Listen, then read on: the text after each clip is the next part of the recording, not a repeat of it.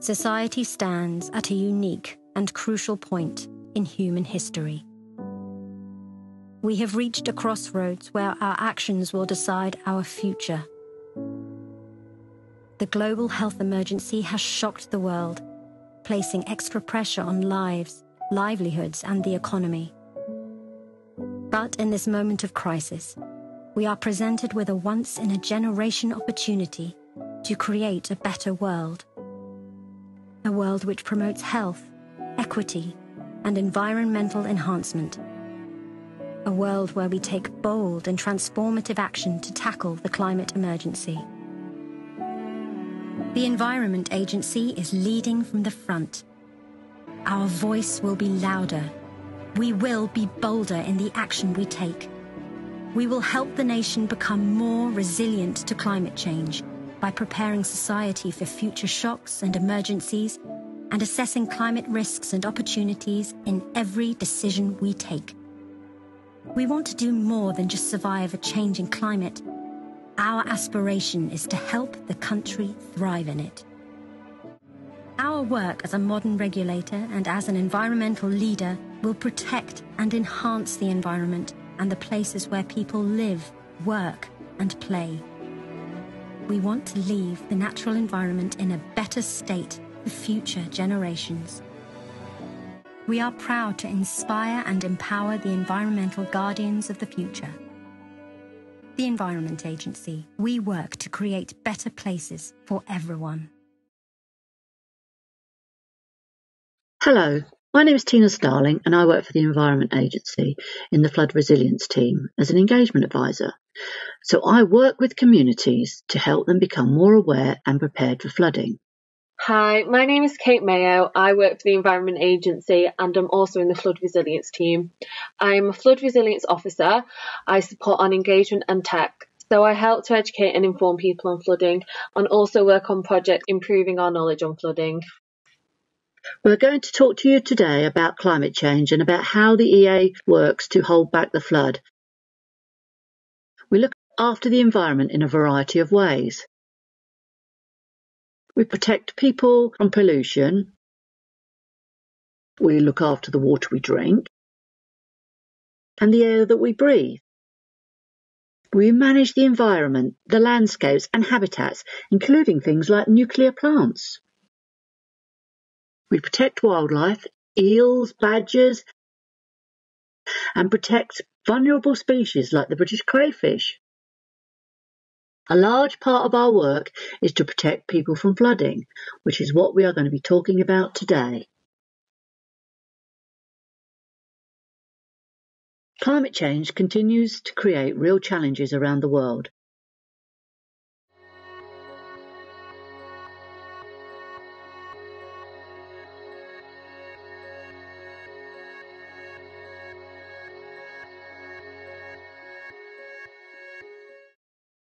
Everyone will need to play their part to make a difference. Scientists, environmental experts, and campaigners do have a voice, but it's important that people keep talking about climate change and thinking of new ideas. We know that the temperature has increased since 1950. We're seeing more intense rainfall and increased storminess. In the UK, the growing season is lengthening. We're witnessing sea level changes, resulting in high spring tides, leading to the need to upgrade coastal defences. And since 1998, there's been at least one serious flood every year. Climate change will cause flooding and changes to our coastline. The Environment Agency is working with many organisations to make sure that the whole country is prepared for these changes. We want to make sure that people, property and places are safe and ready. We make sure that the environment is looked after too. When we make decisions about what to do about flooding and the changes to the coast, we promise to always think about the environment. We will protect the animals and plants in those habitats. We think carefully about the materials we use, and we work with experts to do the right thing in every location where we are working to protect communities from flooding. Every year in the UK, we're at risk from flooding, and with climate change, this is more likely to increase. Flooding scenes like this appear on our TV on a regular basis. So why is it happening? And what are we, the EA, and other agencies doing about it? There is a huge range of defences that can be installed either on a temporary or permanent basis.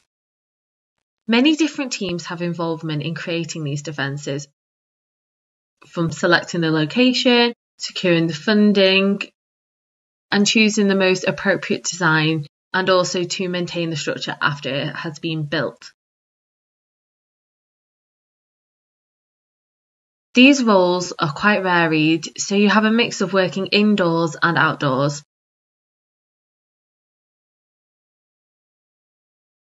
The glass wall shown is a modern and more visually appealing flood defence, as it does not remove the view of the river. However, this is very costly, and the recent glass defence cost £4 million. A lot of work will be done by the EA project team.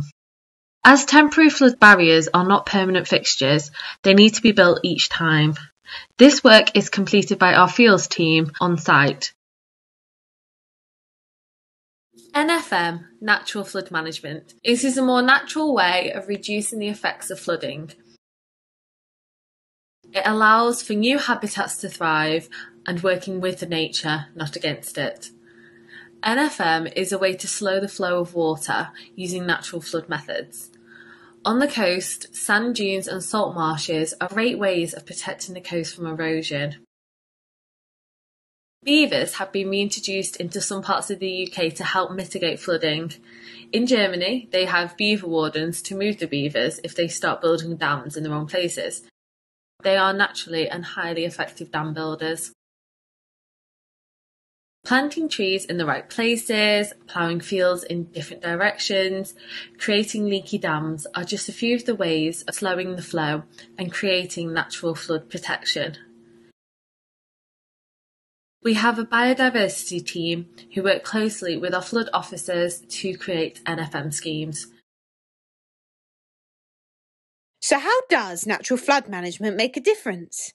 Let's take a look at a demonstration. Today I'm going to be demonstrating using this lovely permeability tank to see how rainwater and floodwater runs off different surfaces. So to start with, we're going to start with a development. This is simulating a development at kind of the bottom of the hill, and at the top of the hill here you can see we've got a forest going on.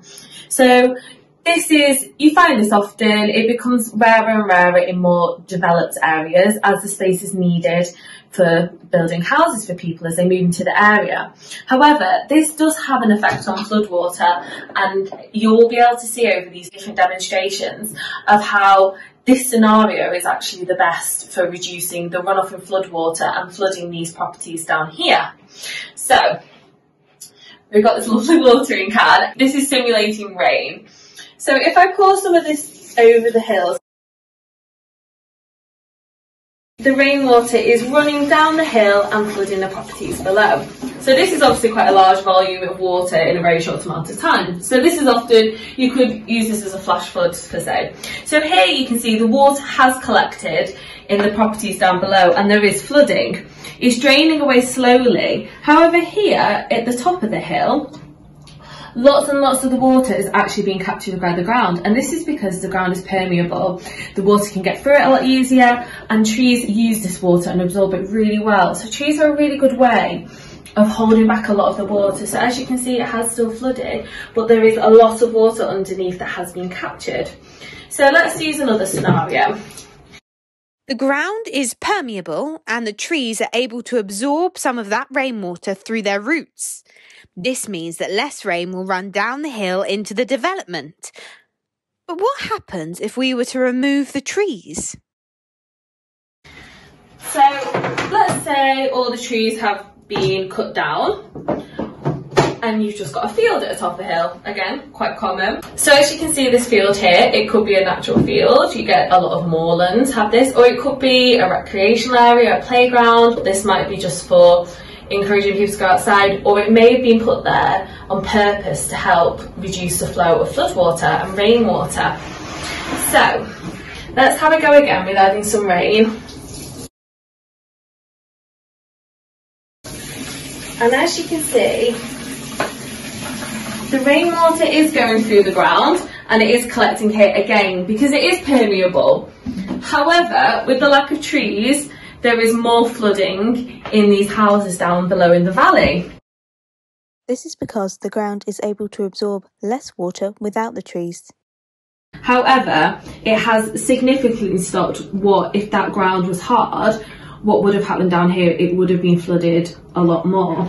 So as you can see, it has captured a lot of the water below, and this is really good again, and this is a really natural approach. We can see that the field has still helped prevent flooding in the development, but the ground will become saturated more quickly without the trees to absorb some of the rainwater. But what do you think might happen if the field is developed into housing too? Let's take a look. So this final scenario is saying the whole site was developed and there was houses here, and there isn't much drainage systems. You find this more in older developments than new, because we have tried to include flood mitigation techniques. And when we say mitigation, we just mean reducing the risk. So let's have a look with the rainwater now and see what would happen if this whole hill and valley was developed and this ground isn't permeable. As you can see, the water runoff happens really fast, so this would contribute to a flash flood. Hardly any of it is being absorbed. So not only are the houses going to get wet running down, but the ones at the bottom are at real significant risk, and this is a really dangerous situation. This is why it's so important for the ground to be permeable, and instead of having one site like this, we are now starting to learn of how to use nature in reducing flooding. We can see that the rainwater has run straight down the hill and flooded the development. This is because the ground is no longer permeable, meaning the rain can't be absorbed. New developments that the EA works with, we have to go through planning to help mitigate flooding as well. So they might have a thing called a water retention pond, which is basically a really big pond to hold surface water, so it is not just all completely swooshed down like here. So what can we do if we know a flood is coming? It's a good idea to be prepared. When our house flooded, we were all really sad. Mummy was upset because she lost my baby photos. Daddy looked like he had been crying. I think it's because the videos of Grandma and Granddad got broken. We lost all the furniture and the big TV broke as well. We left in a hurry and I had to leave my toys behind. Daddy said everything was ruined. Mummy said we should have been prepared and moved it all upstairs. I don't think they know where to start. We have to stay at Nana's a little longer.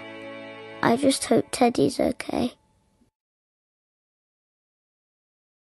You can prepare for flooding by signing up to our flood warning service. This service will notify you by phone or text if flooding is coming. Some of the members of your household may already be signed up to the system, or maybe even your school is.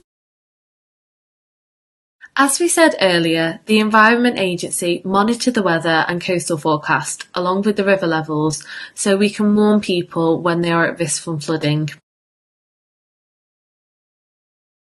Anybody can look at our interactive flood warning map on gov.uk website. People at home, in schools and at work can sign up to get messages by text or phone. We will send out the warning messages for their areas so they can be prepared for potential flooding. This is a screenshot of our flood warning service in February 2020. This was a huge incident which affected large parts of England. Storm Cara was crossing the UK, which led to many flood warnings being issued. But lastly, we just wanted to talk to you about careers at the Environment Agency, because it's not just about engineering structures. We also have planners and geographers, ecologists and biologists, geographical information specialists that work with maps, environmental scientists, flood modellers, as well as coastal and flood risk engineers. No matter what role you have in EA, you can be involved in our emergency response team. We are a Category 1 responders, like the police and ambulance services. We are involved in a large number of incidents, not just flooding. We have roles to suit everyone. Thank you for joining us today. My name is Taz Jagdev, and I'm a Programme Manager here at the Environment Agency. I really hope you've enjoyed finding out about the range of work that we do, and I'd like to leave you with a couple of questions to think about. So, what are you going to do to protect our environment? With the threat of the climate emergency, there's never been a more important time to take action. And what do you want to do in your future? It's a challenge to find a career which really suits you. Here at the Environment Agency, the different work we do means we have a job for everyone. We value you for what you have to offer. We need your own unique skills, experiences, and personality to help us tackle the biggest environmental challenges we face today. After all, that's how we can work together and build towards a brighter, greener future.